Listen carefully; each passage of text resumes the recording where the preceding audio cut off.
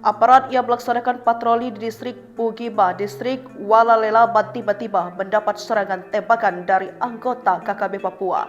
Peristiwa kontak tembak antara Satgas Operasi Damai Kartens 2025 dan kelompok separatis itu terjadi di Wamena, Jaya Wijaya, Papua Pegunungan pada Senin 9 Juni 2025 malam. Dalam baku tembak itu mengakibatkan satu anggota KKB Papua tewas setelah terkena tembakan balasan. Kepala Operasi Damai Kartens Brigjen Pol Faisal Lamdani didampingi Wakaops Damai Kartens Kombes Pol Adar Masinaga membenarkan adanya kontak tembak tersebut. Menurut Faisal, peristiwa tersebut terjadi sekitar pukul 6:36 waktu Indonesia bagian timur saat tim Satgas Gakum melakukan patroli. Dia mengatakan saat berpatroli tiba-tiba tim mendengar suara tembakan dari arah kiri depan kendaraan. Personel Satgas Operasi Damai Kartens pun membalas tembakan tersebut.